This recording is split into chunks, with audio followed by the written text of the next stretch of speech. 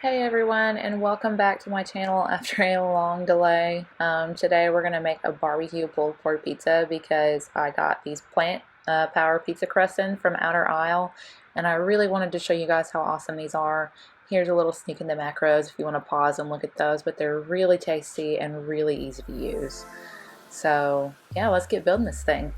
I started directly with a frozen plant power pizza crust. It's just cauliflower and cheese is really the main ingredients in here, you guys. It's delicious, and they hold up really well directly out of the freezer, so you don't have to worry about preheating or frying them or anything before you start.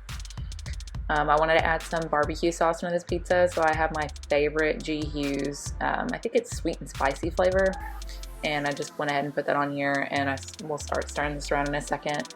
The good thing about these pizza crusts is they have multiple flavors, so you can find something to go with any kind of pizza you want to make.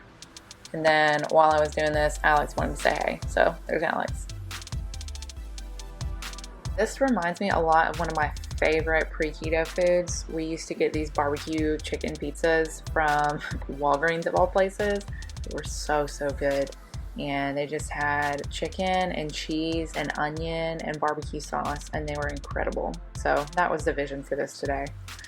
I added a little bit of pre-shredded Fiesta blend cheese from Publix. You can shred your own cheese if you want to. It's probably better. It's a little bit cleaner without the starches that they use to keep the cheese separated, but sometimes you just got to take the lazy way out, and that's what I went for here.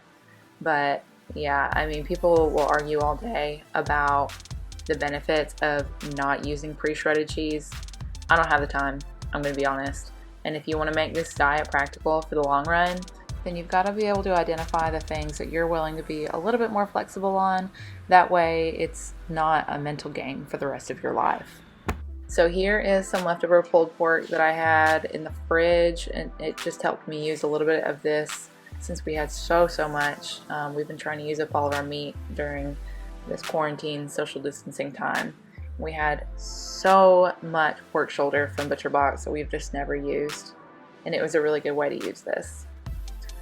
I thinly sliced some onions and put these on top of here so you guys can see, you know, it adds a little bit of color, and this is really like the best flavor of all. I'm going to tell you to bake this pizza, but if you want to caramelize these onions a little bit more, you can either pre-cook them or you can broil it for about 5 minutes before you serve it. So I just topped with a little bit more cheese, and now we're going to put it in the oven at 350 for 15 minutes. And it's going to come out looking a little something like this.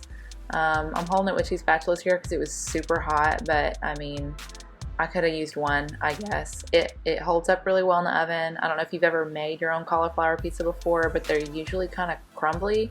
This doesn't do that. These are really easy to cut. They're really easy to hold, and it just tastes so good. If you guys want a 20% off coupon code for Outer Isle Crust, you can order them directly from the website. You don't have to worry about waiting for them to come into your store. Check the caption on this video and you'll get that direct link right there. So yeah, this is all done. Super cheesy, super good, and so easy to hold. If you guys try this out, let me know in the comments below, and make sure to subscribe to my channel for more recipes using these really good keto products.